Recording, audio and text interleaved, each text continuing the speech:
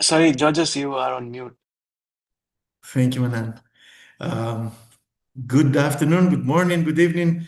Thank you for joining this consultation that's coming after the summer break in the Northern Hemisphere. It's good to see you and your interest to continue for these discussions that are open, right? Unhindered. You can say what you want within the limits of academic freedom and personal convictions.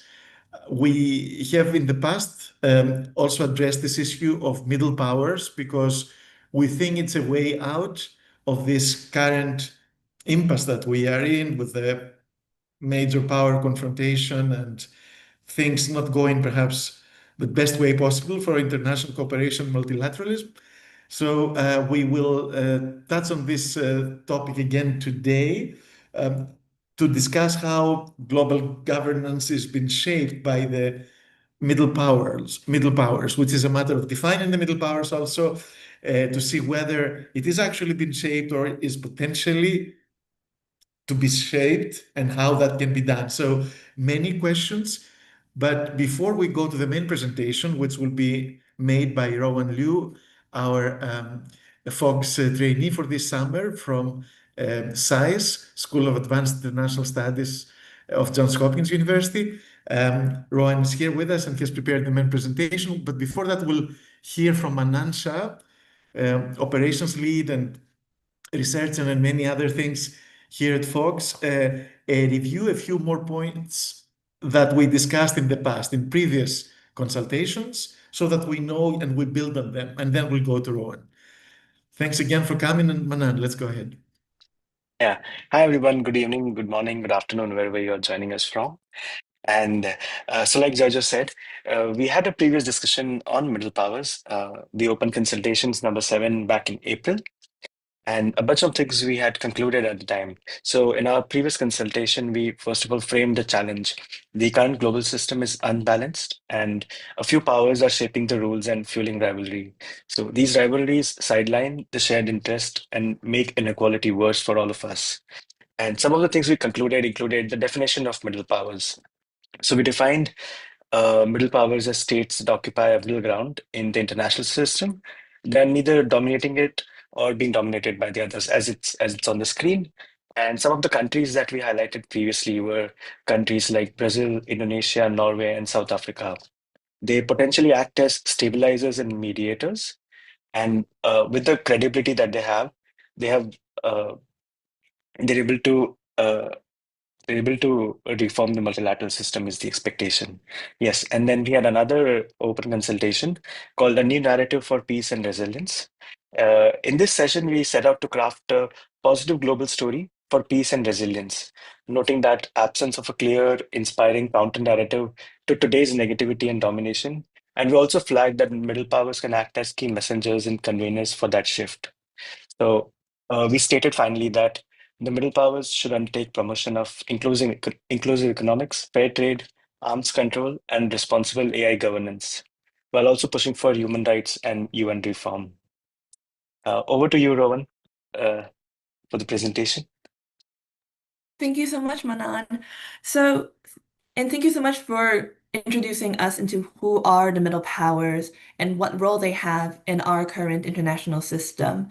In short, they are bridge builders, agenda setters, and the balancers of our global governance. I'm not going to get too much into details here, as Manan already gave really good examples of the type of nations we see are middle powers, and where they are in our systems. But I would like to remind everyone that the definition of a middle power is kind of constantly in flux. In the Cold War era, it was just thought of as more non-aligned nations such as um, India, Brazil, and other countries from South America.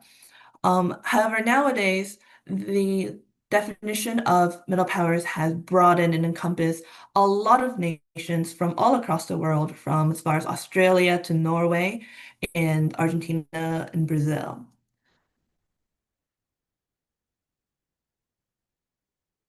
So, focusing on what exactly we want to talk about this session and this consultation in regards to what middle powers can bring into our current system. What they um, are good balancers for peace and security. They promote regional stability in the areas where they do exert power. They are norm innovators, and they fill the gaps within our multilateral institutions where big powers may not necessarily focus in their attention or see that these topics are important for the agenda. But more importantly, they also reduce geopolitical volatility. In an era where we see a lot more of a return to big power competition, they are the nations that come in and fill in the gaps where there might be room for things such as risk um, reduction, de-escalation, filling the gaps in terms of peacekeeping, and regional stability, and are also a force of stability in the regions they're in. In South Korea and Japan, for example, some might call them great powers, but they are also regional stabilizers and can be considered middle powers within the region. They have advanced technological and economic capabilities that, coupled with the defense system and their economic interdependence, contribute to a more measured approach in the Indo-Pacific. There's also South Africa, who has a leadership position within the African Union and has contributed to multiple sustained peace keeping efforts within their region. And for ASEAN, which is, if you put them all together, the fifth largest economy as a common economic area. They host joint military drills with other great powers, and also contribute to peace and stability in the region by promoting that common economic area and having a system where people can travel across these countries for work and leisure, almost like another European Union Schengen area, but a little bit different than that. However, despite these contributions to the global system, middle powers are still not coercive heavyweights. They do not exert hard power and typically do not demonstrate substantial military strength or activity, which can weaken their position within their regions.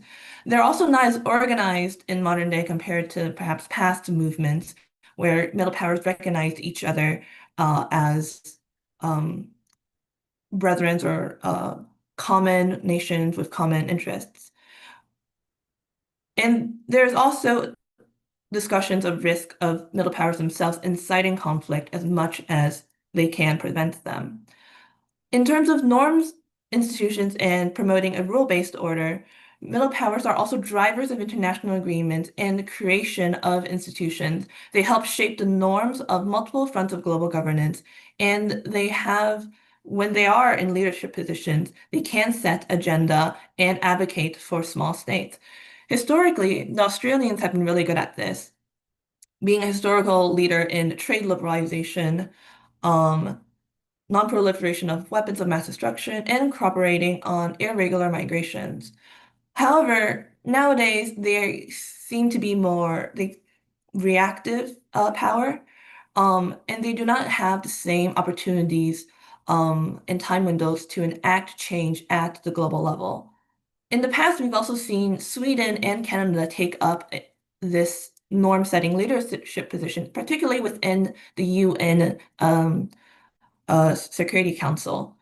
In March 2010, for example, Canada convened the first ever UN Security Council debate on responsibility to protect civilians from sexual violence and conflicts.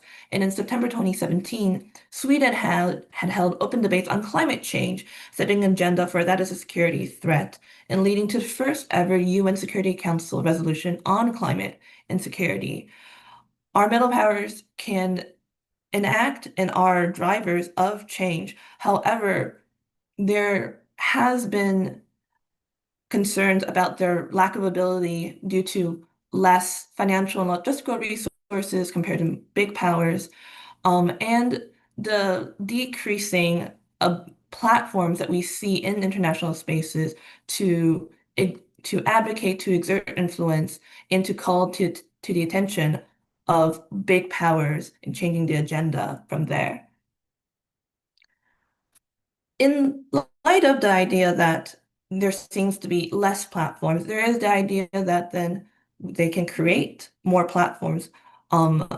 They can coalition build and create collective action in order to make impact and act and amplify their voices because there is power in numbers. And psychologically, there's also the bit of that bandwagon effect where once you put something onto the table and you really highlight it, more people become interested, more people might jump on into that idea. It ignites um, ignites action within others.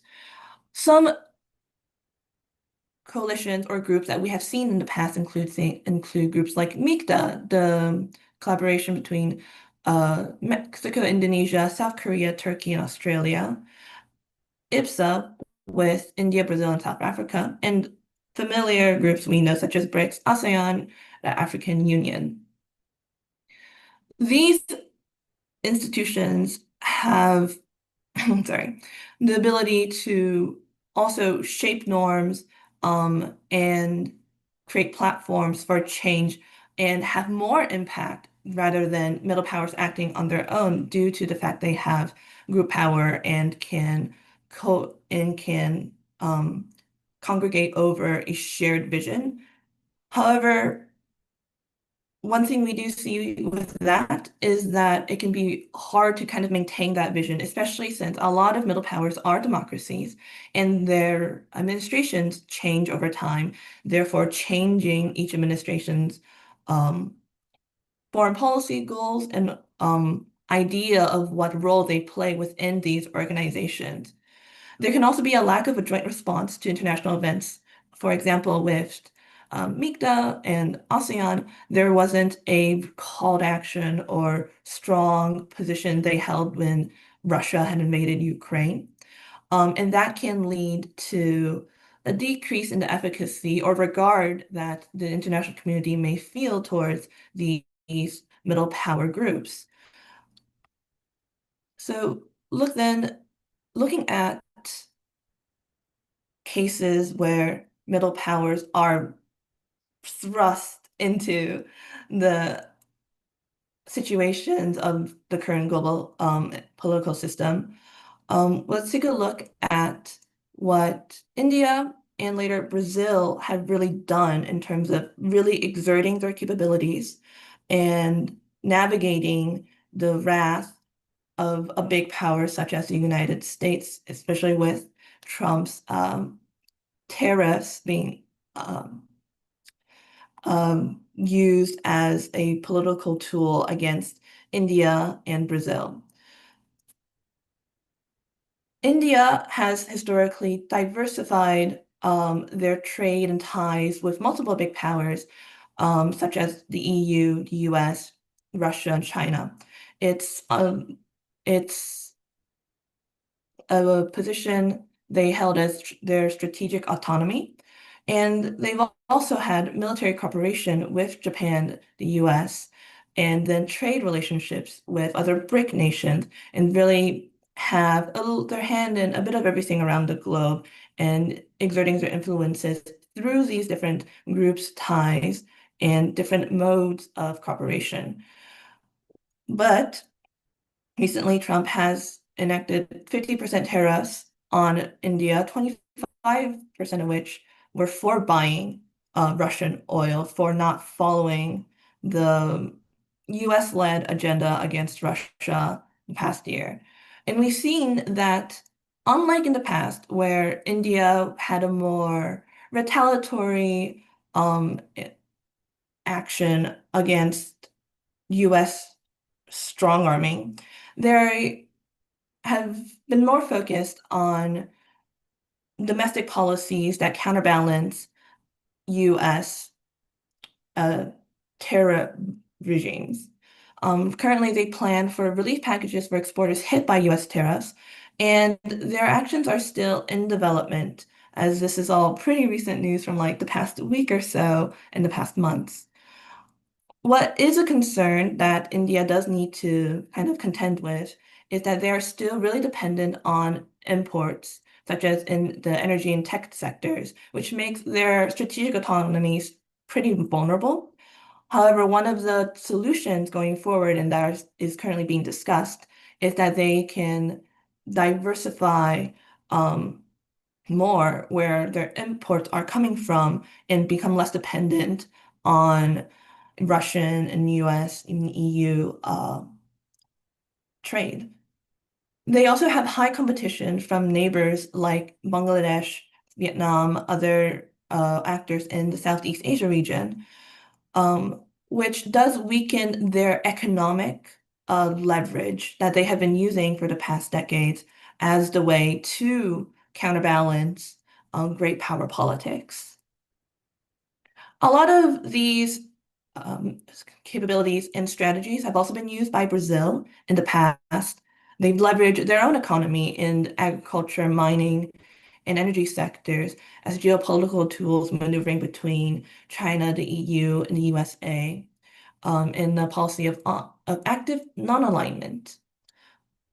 In response to Trump signing orders to justify 50% tariffs on Brazil, they are deepening their agricultural and infrastructure ties with China, so balancing between great powers, and also using the groups that they're in as BRICS, as a platform for advocating for international rules and norm changes, such as equitable global trade rules. Historically, counterbalancing the United States has had a lack of meaningful international support and has had a poor track record of substantial results. Brazil has suffered in the past from the US strong-arming their economic might against Brazil, especially in the Western Hemisphere region. They were able, however, to bounce back from these strong armings due to the fact that they do have a stable economy and a large economy within the region. But that does beg the question of if middle powers are just surviving, they're not really creating impact or change, if that is what we want to see happen in the future. So understanding that, what exactly can middle powers do, or what do they need to have in order to be somewhat large players, despite being a middle power? They can still make the most of what they have to enact change and to create norms, set agendas, and do all the things that we've discussed that are the boons of having middle powers within our global system. Leadership and having a clear vision is very important within their foreign policy, within their participation in these middle power groups and coalitions. Macro stability allows them to weather the changes of our global system, the changes and strong arming policies that nations like Russia, China, or the United States might want to leverage themselves against middle powers. And having economic and geopolitical leverage, whether that is such as in India, large population and large economy, in Indonesia and Japan, strategic positioning of their countries, in Brazil, South Africa, likewise. These are also important for maintaining that macro stability, but also using that as negotiation tools to kind of put their agenda on the table, to say that they have a stake in the region, in these areas of economics, trade, and finance, that they deserve to be at the table. It's also important to attract international support and gain the attention of great powers responses, because there is power in numbers. As a group, we have seen incredible changes within regions, such as in ASEAN and the African Union. And with this support, it's also easier to kind of hold up and weather great power policies on the global level. And to do that, you also need platforms to really sustain this advocacy and promote collaborative dialogue. Thank you so much for listening in on the more meaty parts of this conversation. Do we have some discussion points that we would love to discuss this topic further with everyone? If Yorgos or Manan want to kind of maybe get into that too, or anyone wants to raise their hands and kind of contribute. Okay. I may take over. It's okay, Manan. I'll just for the dialogue now, please you raise your electronic hand. And we have 5 questions here, but you can have other questions also on the presentation, on Rowan's presentation, if you want any clarifications. But you can see here the discussion points, which go from, again, the definition of middle powers and who are they today, and how, whether they stand a chance, which ones might stand a chance to influence really the global environment. How can middle powers best leverage the institutions that we have still there, although they may be not at their best, like the United Nations, but they're still there, or the African Union, ASEAN, etc. What can motivate the leadership of the middle powers, including a narrative of sustainability, peace, etc., that they may choose to represent more faithfully than the double standards of the big powers? Can there be a coalition of middle powers and non-state actors, mutual support, and within countries for their governments in this role, but also internationally? And finally, how can middle powers support each other really to strengthen their, even domestically, their capabilities? Because even maintaining a democratic system within countries now seems to be a challenge. Also, the economy, because of the influences from outside, but also from inside, more extremist populism, etc. Could they be supporting each other in that to maintain their own institutions and be more capable to act internationally? So these are the 5 questions we thought with Rowan and Manan. And we get the discussion started with Daryl Sonipol from the Inclusive Society Institute of Cape Town. Daryl. Hi, good afternoon, everybody. And George, it's good to see you again. I'm just sitting here and listening to this presentation, which I am fully supportive of course. But I'm just wondering, how do these middle powers, like South Africa, for example, contend with the threats of countries such as the United States, for example? And I'll give you an example. When BRICS was talking about de-dollarization, the Trump administration came and said that any attempt to undermine the dollar will be met with punitive sanctions. So if these countries now start taking positions, how will they deal with, I'm just wondering how they will deal with the threats of having sanctions against them, punitive measures, excluded from the SWIFT financial systems, etc., etc. That needs to be built into the strategy as well. Right, exactly. In South Africa, perhaps as an example, we didn't mention, but there are at least 3 reasons I see, Daryl, that the US is really strong arming, as Rowan said, the South Africa. It is de-dollarization in its trade with BRICS and others. It is, of course, it's the case it brought before the International Court of Justice on Gaza and possible genocide there. And the third one, the treatment of the Afrikaners, right, which some have called genocide from the US quite,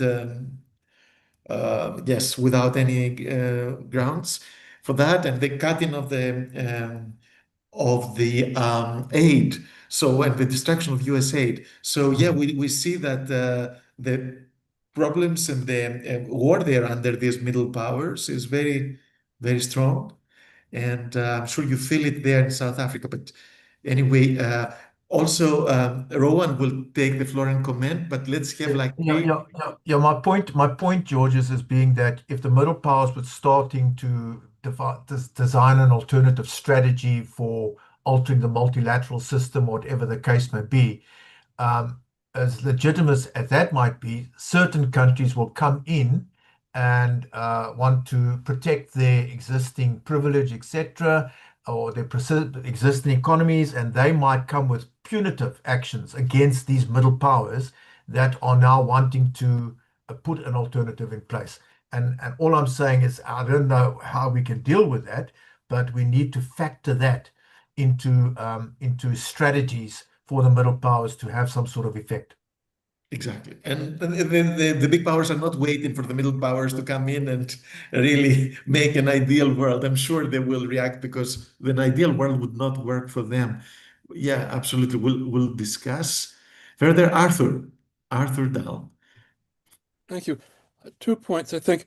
One is that we've seen with the recent failure of the negotiations on plastics, for instance, that the consensus rule is an enormous hindrance to achieving any kind of advance in a world moving away from multilateralism.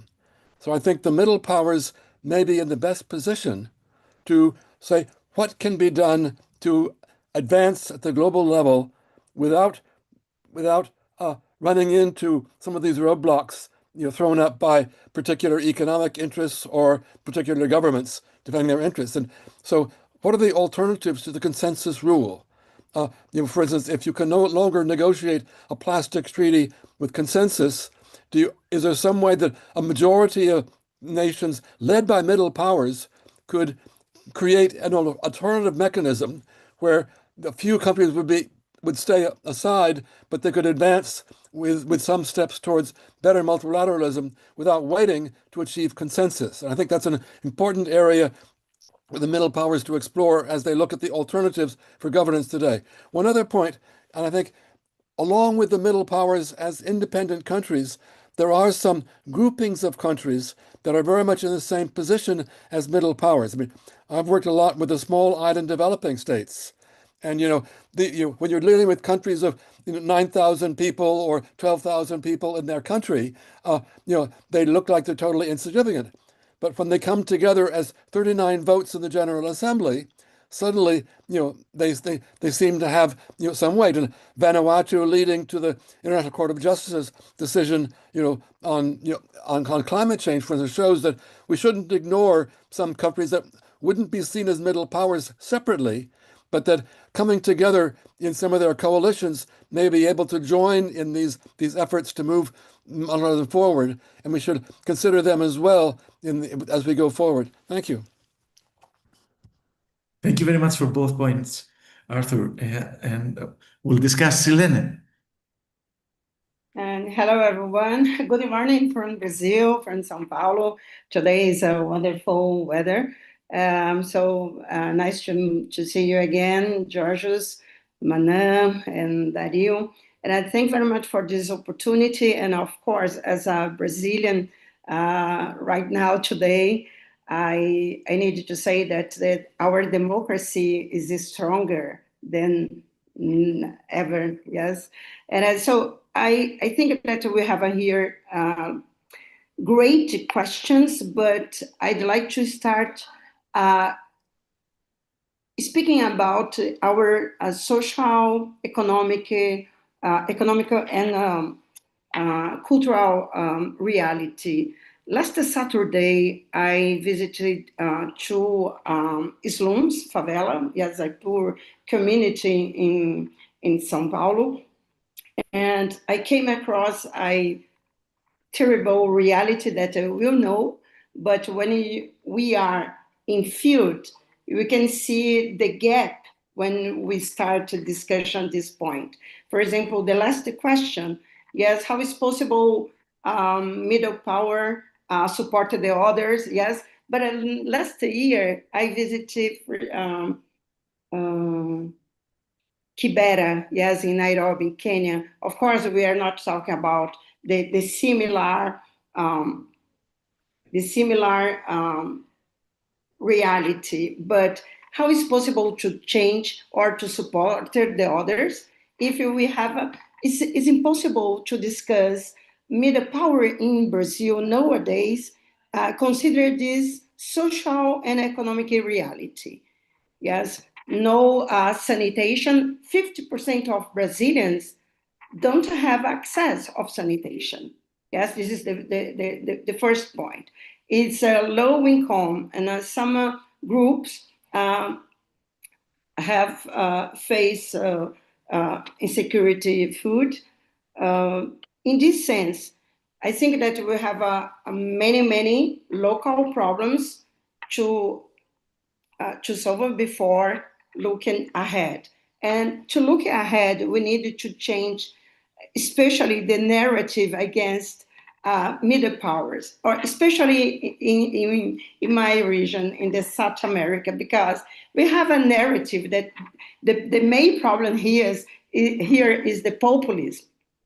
And it's not the populism, but the external influence on our democracy. For example, in the plan of the United States to put pressure on government to, why? Because to defend Bolsonaro.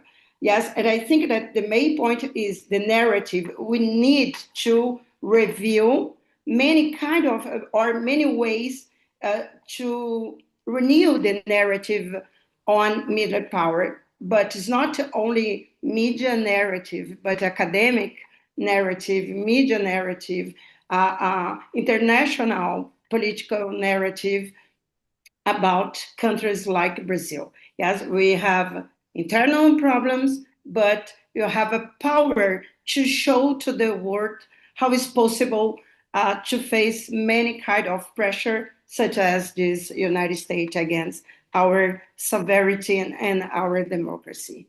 And I thank you very much for the opportunity. Thank you, Selene. And as you said, I think the middle powers have to work on their own problems and many challenges inside, but they have to have a vision also for this global system, which is not unrelated to their own problems, because the SDGs are supposed to be the priority of the world. And this sanitation in Brazil should be dealt by everybody if the system worked. So we have to make the system work. Yeah, it's like the chicken and egg dilemma in a way, but we have to work on all of the above at the same time. Konstantinos Vouriotis. You can introduce yourself. Silene is also a member of the Folks Board, and Humanisa Koma, Methodista University, and Arthur Dahl, a long-time environmentalist with UNEP and everything. So I think many know each other here, but Konstantinos, for the first time, please introduce yourself. Yes, so I'm a member partner of Sparta Convos, and where Yorgos is located actually now in Sparta, Greece. And I'm a master's student of e-governance at Stockholm University and have studied international relations in the past. So I would like to comment on the definition of middle powers, because Rowan mentioned that some of them are just surviving, which I think also has to do with their limited resources to make change and the pressure that middle powers are facing themselves.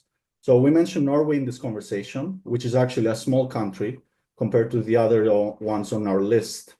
And I can give an example that concerns human resources. Norway has been very active in recent years in the international space. An example is having Jens Stoltenberg, who many is considered the most talented politician and negotiator from Norway. And he was the Secretary General of NATO. But after 9 years, he had to return, I would call it, he had to return to Norway to assist the Labour Party there with winning the recent elections. And actually, without him, Labour would have lost to the very conservative and populist Progress Party.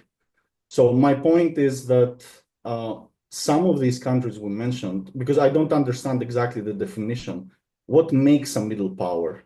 Because some of them actually don't seem to have the resources.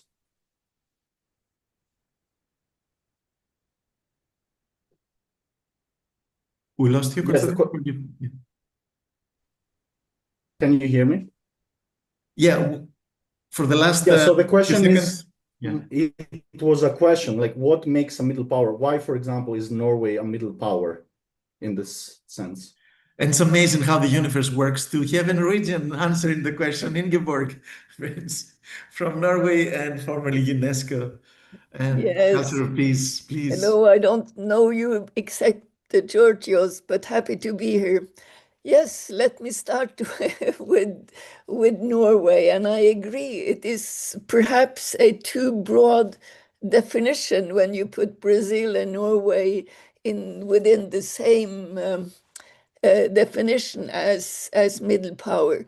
I guess that Norway, being a small country, is seen as a middle power for two reasons: for the oil richness on one side, and on the other side, because Norway has been diplomatically very active internationally. And when it comes to to Stoltenberg, what has been said is correct. But for me and for others within the peace movement, we are very unhappy to have Stoltenberg as the Minister of Finance of Norway, because we fear that much more money is used for warfare than for welfare. Yeah. So maybe if we look at countries joining together to make change, the non-aligned countries, the neutral countries, would be more effective when it comes to having more or less a more comprehensive common view on what development is supposed to be. So middle power, I don't know how effective that grouping can be. And when it comes to the Western, certainly the Northwestern countries, the main dominating factor is NATO, much more than the UN as it used to be, or other countries with whom we would consider it natural to cooperate. And the NATO membership dominates our foreign policy and our priority of how to use our resources. Yeah, thank you. Thank you. Gone are the good old days of the Scandinavians saving the world as mediators. It's gone. It's gone. We have to bring it back. Yes, it was better time, I think. Yes, also. So I don't know if Silene wants to take the floor again, and then Lerato, and then we'll give a chance to Rowan, and we'll start again comments. No, Silene? No. Okay. Lerato then, also from South Africa.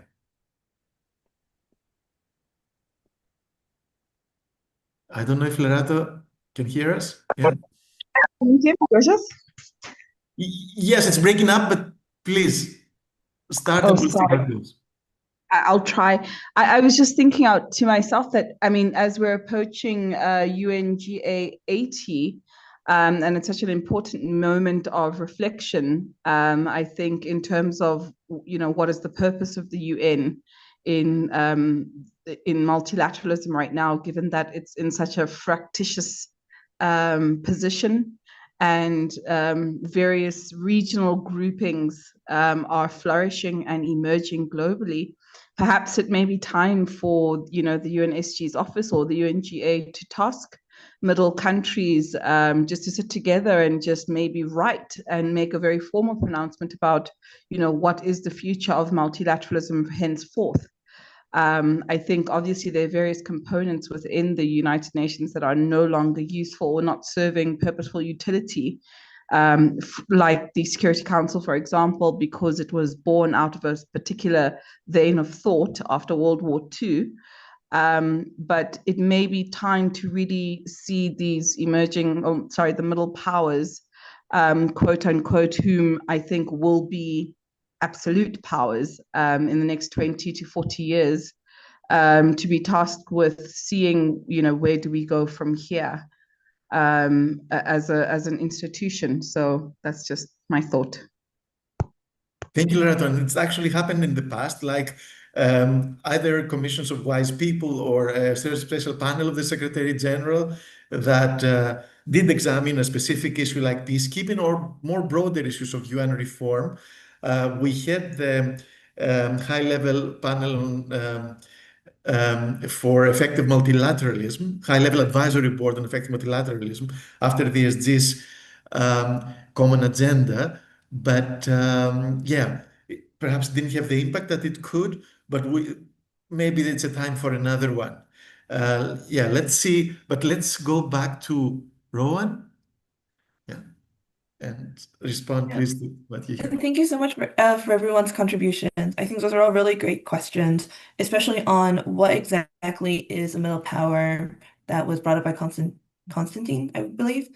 That kind of harks back to the other question of like, what can small nations be if they group together? Would they not be acting also as middle powers as a collective? And I think I had mentioned before that the definition of a middle power is kind of always in flux. So maybe sometimes say like we could say France would kind of be more of like a middle power as it's also trying to balance between China and the United States. But then it also acts as a big power due to its the amount of resources it has and its abilities to kind of enact change or kind of fulfill its goals. I think to me, after reading about what middle powers are and can do, the true essence of a middle power is simply a nation that can punch above its weight, that can do more than what the community expects it to do, and therefore then create surprising and surprising ways of looking at certain topics and also being that innovator. If no one is expecting this, no one saw that this was a possibility, the middle powers, by acting kind of more than what is expected of them, can be those innovators and lead by their creations or lead by example. In the case of Norway, it's just like perhaps population-wise, geographically, geopolitically, it is not what you would typically think of as a middle power, not in the sense of like Indonesia, Brazil, but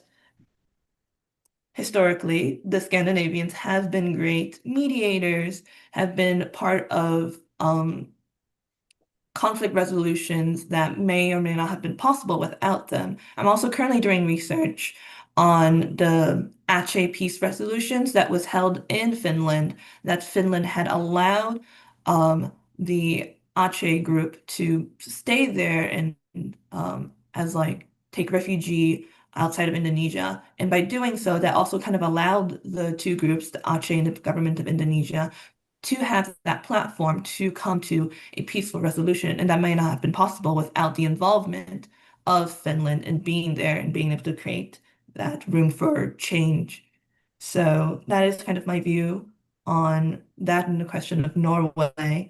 And for small nations, yes, I do think like they do act as middle powers, kind of in that flux area of when they come together, they can do more than what we think they can do individually. But they do, I think, have the weakness of their ability to do that is still limited by the fact that they are small nations. They don't have, I had mentioned before, like what middle powers need. They don't really have the baseline almost of economic stability, of geopolitical like important positioning that I think would put them in that really middle power definition at a consistent level.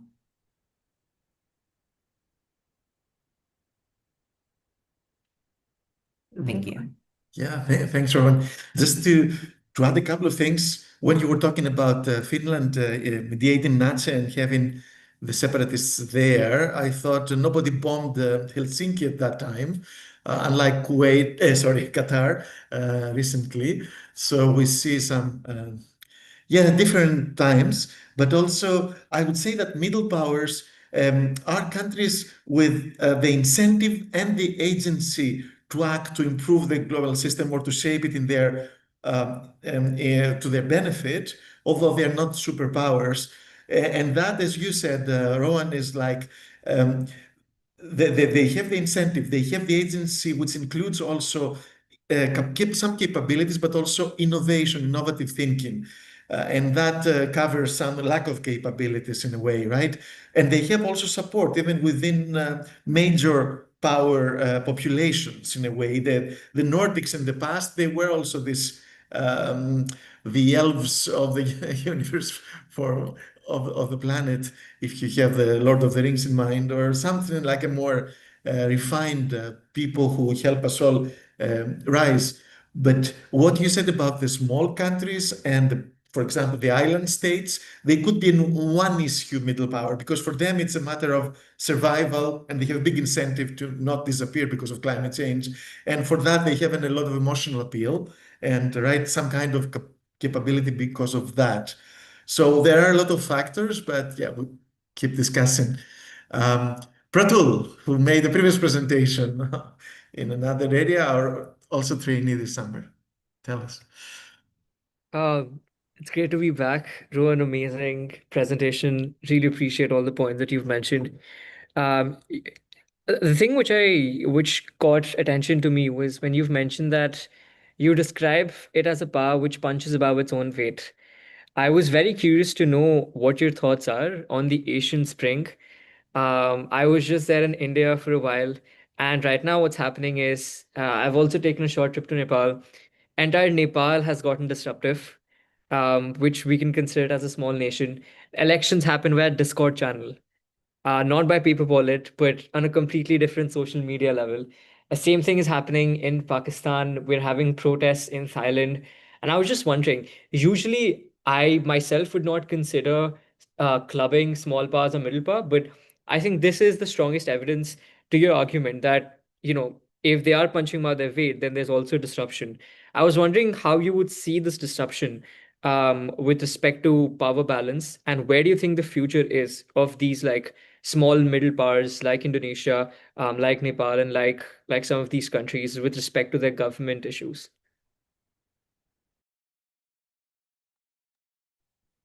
Go ahead, Rowan.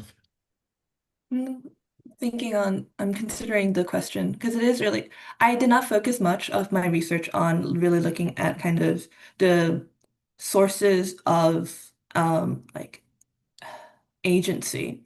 More so looking at it at the multilateral level, but you're right that within countries, there's also the domestic side to consider and how that changes the mindset of leaders within those nations. And in doing so, they enable agency, they enable the idea that, hey, we have tested this, we have tested new ideas, we have had some experience with leadership at home. Now we can bring that onto the greater area. And that is something that I guess I never actually really considered until you had mentioned this this question.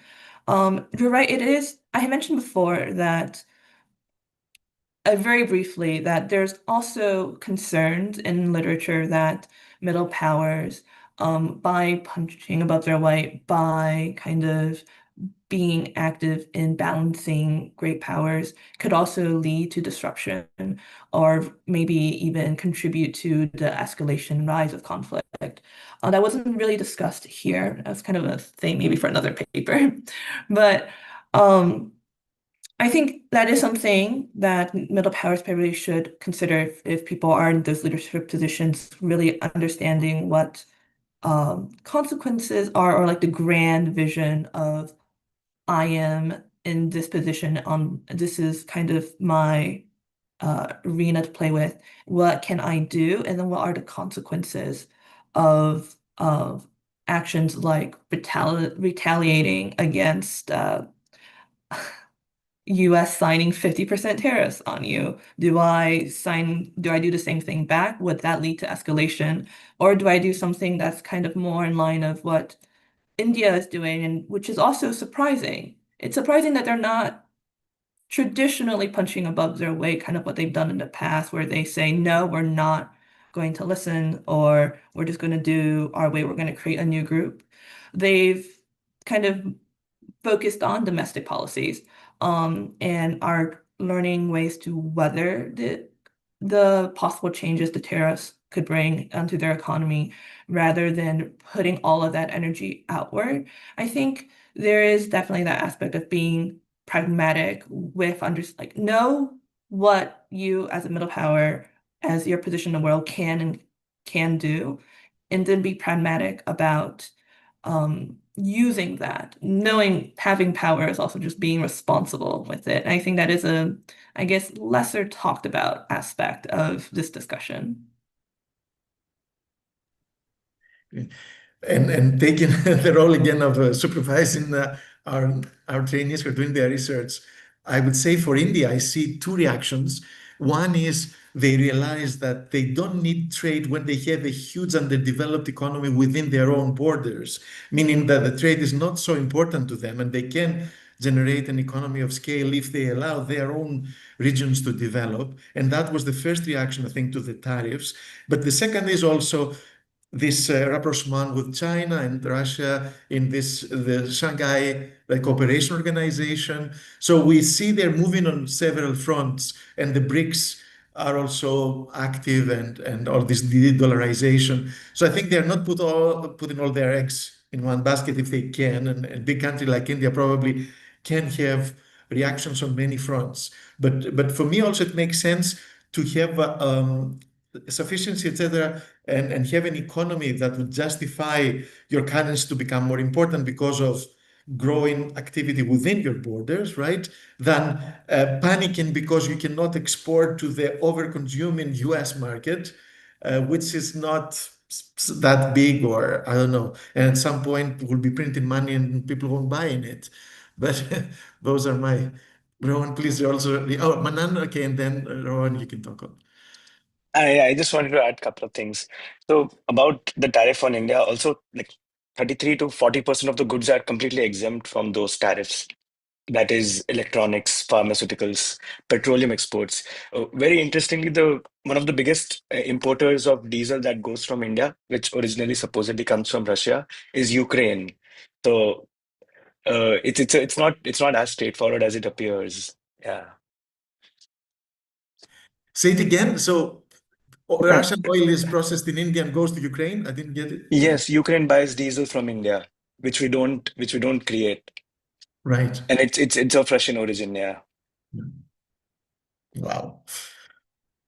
Right. Yeah. Rowan, I don't know if we have a good Indian contingent here, and I follow India too. So if you want to comment. I think Yurius, you also made a really great point.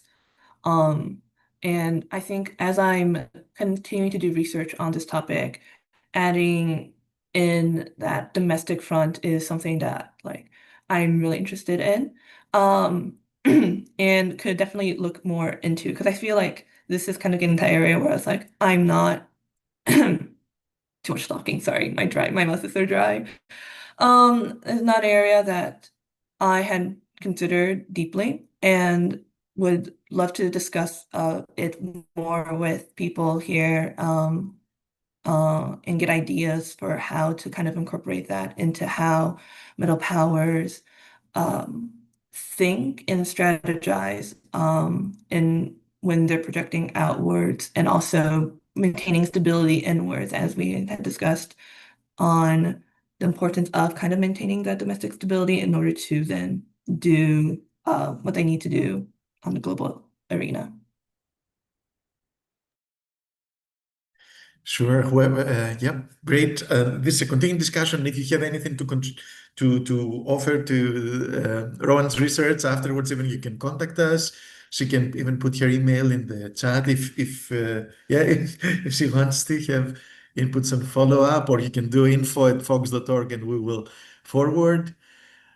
Any other comments? I don't know if I should, let's say, choose. If José Luis is there, I think Spain is also a middle power that is also proving quite innovative and at the same time annoying for big powers, or Ireland or others. We have some also in the West that have the potential, perhaps, if they join forces. But do they join forces? Do they create a new non-aligned cross block movement or something? I don't know if that's a possibility, but we can let our imagination and the imagination of the political leaders also go wild, because we need drastic solutions, I think. So I don't know if anybody from their own country's experience, they want to say something, or a country that they have studied.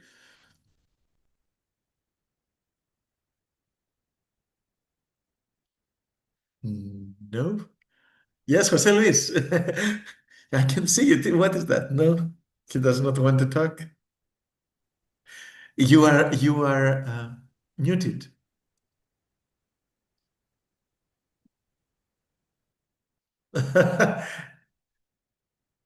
I'm not good at sign language, but we have Jeff in the meantime. If you want to talk, we can ask you to unmute. Yes. Sure. Thank you so much, Georgios. Thank you for this very interesting conversation. You know, I think it would be useful perhaps if you had a conversation about not only the middle powers, but the great powers. You know, the history and behavior of the great powers and in world order. I mean, as an American, I've come to the reluctant conclusion that a figure like FDR, perhaps it happens once every century, and we're coming up against that century mark, right, in 2045. And we cannot ignore the fact that great powers are quite instrumental in the ethical development of world order. We're in a, I mean, I think we all agree we're very much in a low point in that. But, you know, what the Trump administration has managed to do in a few short months is really create a new alignment of great powers and middle powers against the United States. We have seen recently, you know, a meeting in Shanghai and in China, where we have China, Russia, North Korea, even representatives of Iran, and Belarus and others, you know, aligning themselves. So, you know, what I think would be of interest is to imagine a day when we have ethical leadership in governments of, you know, great powers, and what could that possibly look like? I also see this as very much an intergenerational struggle. We have members of the baby boom generation who are aging out and, you know, clinging into power to the last possible moment. I've often said to younger colleagues that their mission in life is to survive the baby boom generation. And I'm among them as a younger boomer. Donald Trump, by the way, was born in 1946, which is the first, which is the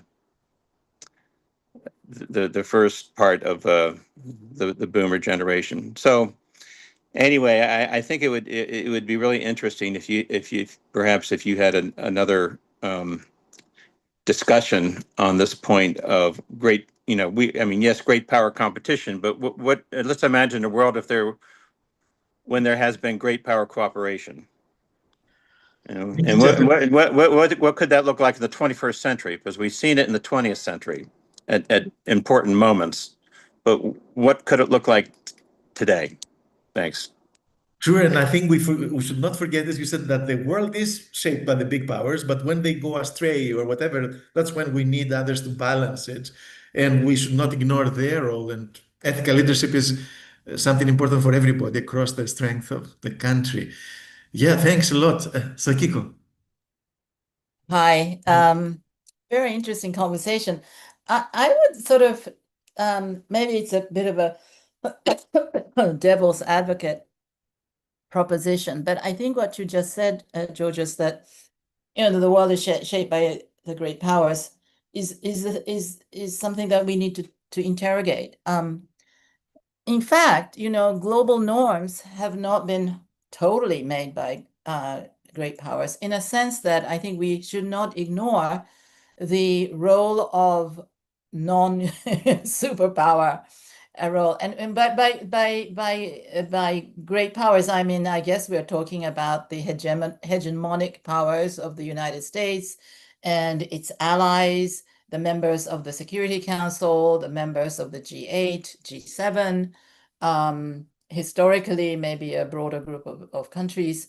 But if you study norm making in international organizations, in international space, international treaties, non-superpower countries have actually have been norm makers. And I would, I've argued that, for example, the role of developing countries in the concept of sustainable development is extremely important, going back to the 70s in challenging the European-led notion of conservation as sustainability, and saying, and then arguing against that and bringing in the idea of development as being part of sustainability. And it is indeed, intellectuals and who were politically engaged from the Global South, people like Correa, who was, Mahbub ul Haq from Pakistan, Correa from Sri Lanka, people from South America and so forth. They were tremendously important in creating the norm of sustainable development. I've written a paper and published it on this whole thing. And then in the negotiations of the SDGs, if you think about it, if it weren't for the G77, we would not have had many of the elements of the SDGs that we have, including like the goals on reducing inequality, many of the sustainability goals that were actually actively opposed by the great powers. And so I think the agency and the power of the low middle income countries should not be ignored. And I think in a way, when we think about this idea of great powers, we should think about the positive examples of where these countries have had an influence. And there's an awful lot of attention now being paid to the role of Nigeria and the Africa Group as leading the new Framework Convention on International Tax Cooperation, which could be really a game-changing norm shift on multilateral action to control the basically the theft of resources from the public purse in many countries, including the superpowers themselves, but also particularly, from the public finances of developing countries. So, my proposition basically is that we should not be starting with this negative attitude that, oh well, it's all hopeless. I think we really need to work on looking at the positive examples, and I personally think that we need to work on a sort of more focused way, and not just think about middle powers kind of generically, because it depends a lot on what sector you're talking about, kinds of issues you're talking about, as to their role, whether it's international economic arrangements, whether it's in the areas of global health, whether it's in the areas of geopolitical security concerns.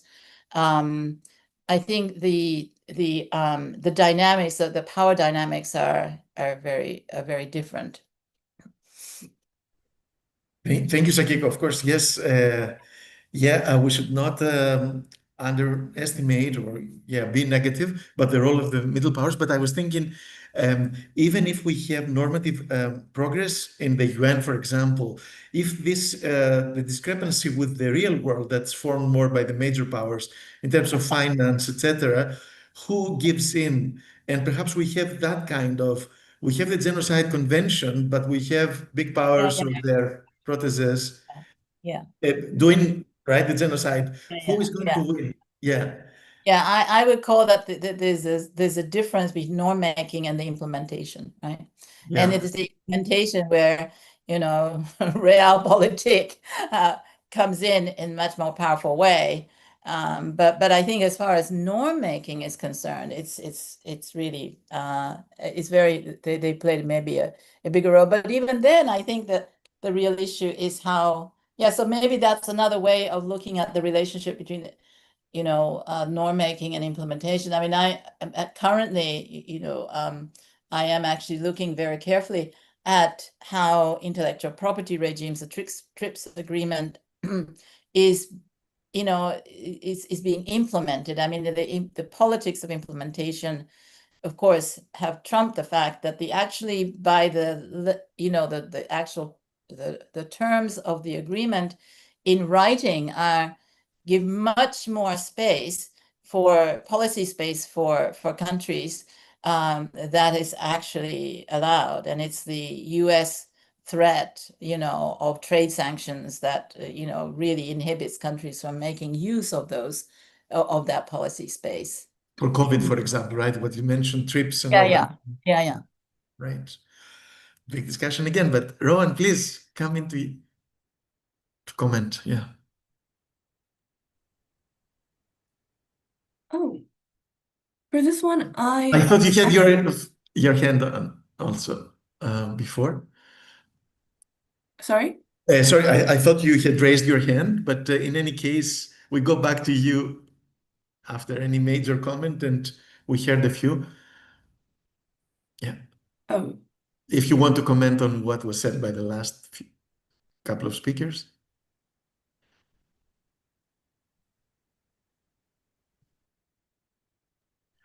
Sorry, you guys froze just now for a few.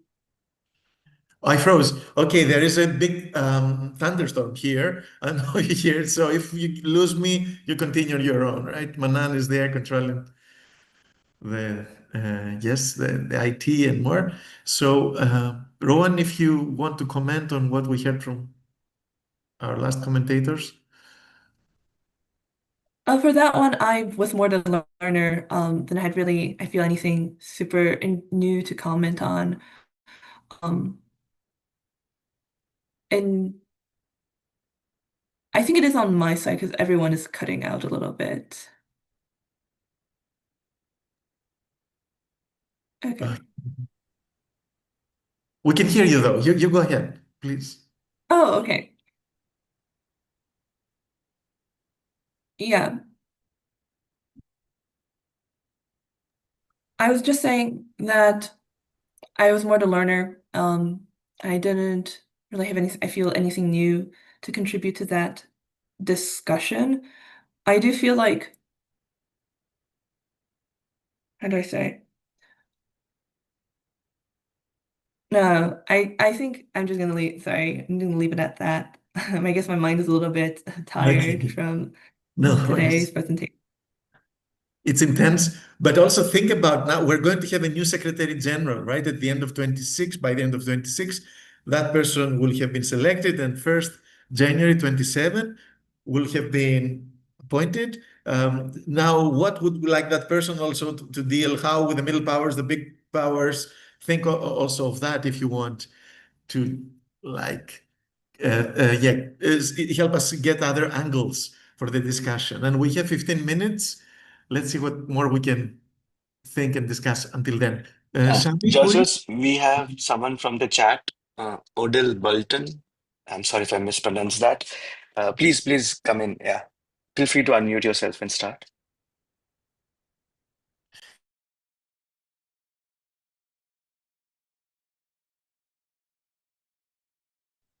Hello, can you all hear me?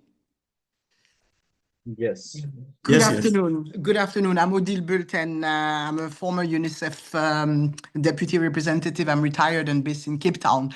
I'd like to a little bit build on what Sakiko said in terms of not just taking for granted the great powers' power, but kind of look at it in terms of what is happening now to the global challenges, multilateralism, and actually take it as an opportunity to redefine those norms and to also look into the consensus that we talked about.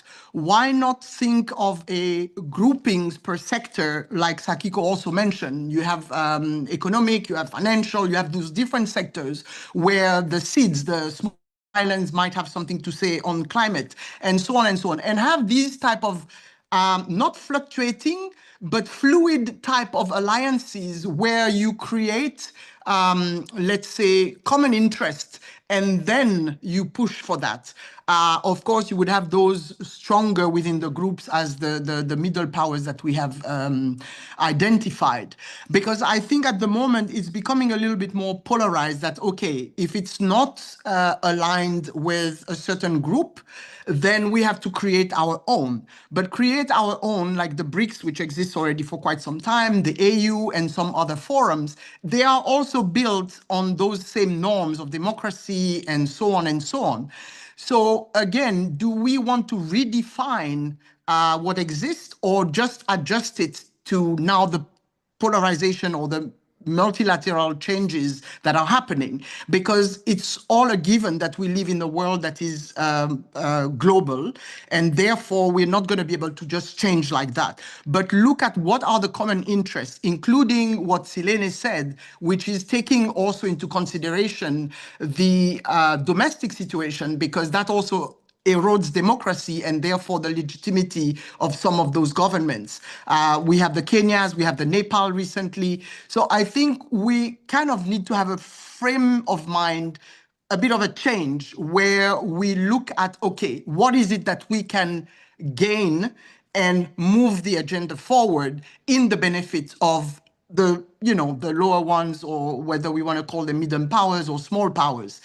We have the G20. South Africa is leading the G20 and will hand over to the US in November. There's been a lot of discussion. There's been a lot of groups that have been, really looking at how do we redefine some of these elements for to be presented, not just as a country, but on a global scale. So I think these are the opportunities where we can actually redefine the narrative and maybe reshape it a bit with a bit more of the voices of the smaller ones or the ones that are voiceless. Thank you. Thank you very much, and making it sound that it's possible and doable and ways to do it. Thank you. Shami Puri? Can see your hand. Yes, please. Yes, hello. Can you hear me? Yes, we can. All right, sorry. I won't turn my camera on because I'm in a low bandwidth area, but let me make some comments. Thank you very much for a very interesting conversation. I think I got most of it. I missed the first 15 or 20 minutes, but I'm fascinated by the discussion here where mainly we're talking about what seems to me to be a slightly fuzzy idea of middle powers. Definition of middle powers is a little bit fuzzy. I think it's okay for kind of discussion, but it's not very clear as to what a middle power is. Is it a middle power which has, median GDP, or is it a middle power which has got a big trade deficit or something of that sort? But let me just put another point to you. We're talking about the UN and member states of the UN having a voice at the UN and negotiating multilaterally at the UN as groups of G7, G10, G20, and so on. But there is another very important group, which is the multinational organizations. The multinational corporations are very much influential in quite a lot of global policy development. We've heard that they were attending the UNFCCC. They influenced that very strongly. We also heard that in the Plastics Treaty, much of the pressure behind the scenes perhaps came from the multinational aid corporations. Now, if we're going to be looking at synergies, I'm just wondering, and this is a question to the researchers, where do the multinational corporations fit in? They are very active in Davos. They make some very grand statements. They state that they are very keen on ESG, environmental, social responsibility. But I just wonder whether in your considerations in this group, you might like to see what is it that the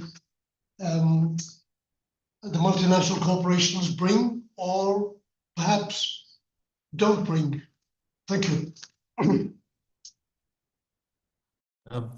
Thank you. Yes, we said about coalitions of middle powers and non-state actors, which would involve the multinational corporations. But about the definition, don't get too specific about it or too worried about it. A middle power is one that is acting as a middle power. And so when you see it, you can tell, I think that's another kind of definition, but we can continue that. Anybody about the multinational corporations, which can be good or bad, and they change though with also the politics of the country. For example, in the US, we had more companies subscribing to ESG before. Now with the new government, they're taking it back and all this. I don't know whether profit is a factor to build an ethical governance system. But Arthur may want to say something, please.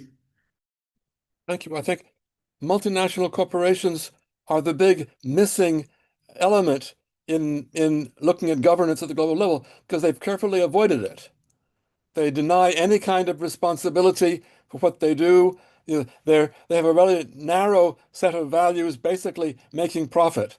Whether it is big corporations in the Western sense or whether it being state enterprises from China or whatever, they have a very narrow focus on expanding their impact within the material part of the economy, exploiting resources, exploiting labor, and so on, and carefully avoiding getting caught up in governance. In fact, they've even pushed for trade agreements where any attempt by a government to limit their profitability, they can be sued for losing their profits. You have the case of a company suing Greenland because they decided not to allow a mining company to go ahead with mining because of the danger of radioactive pollution. And there was a vote on it. The government voted it down.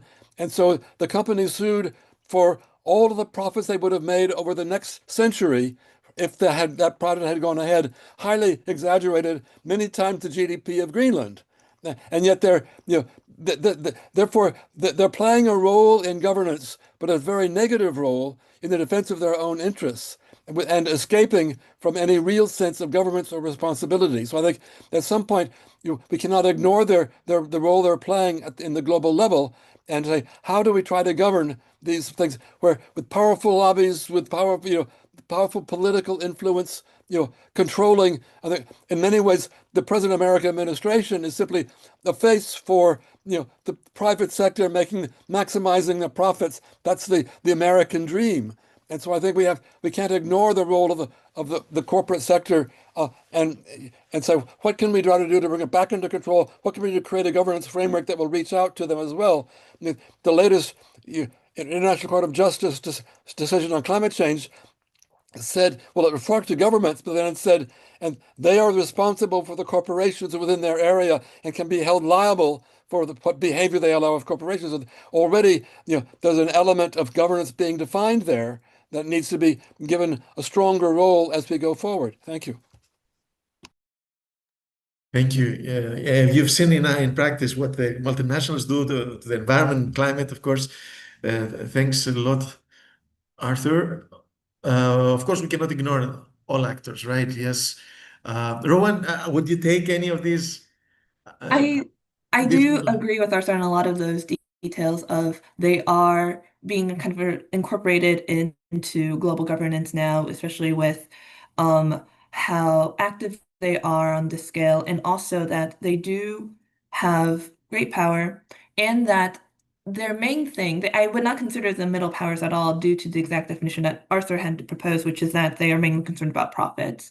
They are a multinational corporation, and their concerns are not for like global stability or governance or really any of that. It's for the governance and stability of their own corporation, their ability to reach revenue. However, I don't want to view them in too much of a negative light because of the important role that they do play in global governance, especially in technological. Multinational companies, especially tech companies such as Apple or Google, that have incredible spread across the world, have also been kind of at the forefront of technological global governance, in regards to working with the US government and also other actors around the world, in creating, I forget the specific term for this because I'm not a tech person, but creating the databases and the infrastructure available to maintain our internet system, essentially to create like AI innovations and to control for new AI policies and legislation that might be uh, emerging from how quickly this technology is developing. I think we need, I don't think it is healthy to kind of think of working with them on this type of like global governance narrative in negative light when we can really focus. One way we can really bring them perhaps under control, as you had suggested, is to really highlight the areas in which there is common interest, and the benefits that they could provide to our society, and really work with them on those fronts, and not bring that negative image into our minds when we go into these perhaps negotiations or collaborations with them. So it's not their field, right, to dictate or whatever to help shape global governance in all aspects, even if they're powerful, but in their sectors or whatever they do. And if they operate under rules, clear rules, right, they of course do a lot of things. They move the economy, right? Something like that, Ron. Yeah. Thanks, Konstantinos. And we're getting close to the end. Yeah, just a small comment that some of these countries are actually trying to increase their influence by investing in these multinational corporations. I will give the example of Norway again. They, what is it called? Their pension fund is like 1 trillion or something like that. And they make huge investments in these big multinational corporations, and they actually exert influence through them as well. Right. Yes, the Norwegian sovereign fund is huge, right? And they do play a role, as do the pension funds of smaller and bigger countries. And as mentioned before, ethics and all that, governance, ethics and governance is something missing, or we're in search of that. And it's difficult. What you maximize the profit, and you can say the profit of the shareholders, the profit of your pensioners, this and that. There is always legitimization in what what motivates people and legitimizes themselves. But yeah, we have to see the priorities, and we see a world that is in conflict, a world that is in turmoil, and it can be better than this, I'm sure. So we hope that these consultations do help, and we thank our researchers, Rowan today, who shared her initial findings with us. The research continues, the discussion continues. For the next session for us, would like to discuss with you what happens in New York in the next couple of weeks when the UN convenes the new General Assembly session, and we'll see what comes out of there, whether middle powers make a move, or let's say what the president say of big and smaller powers, side events, climate week. Yeah, all this, please fill our online cafe and come and join us again for that on the 13th of October. Thank you very much for your participation. Bye-bye. Thank you. Thank you. Thank you. Bye-bye. Bye.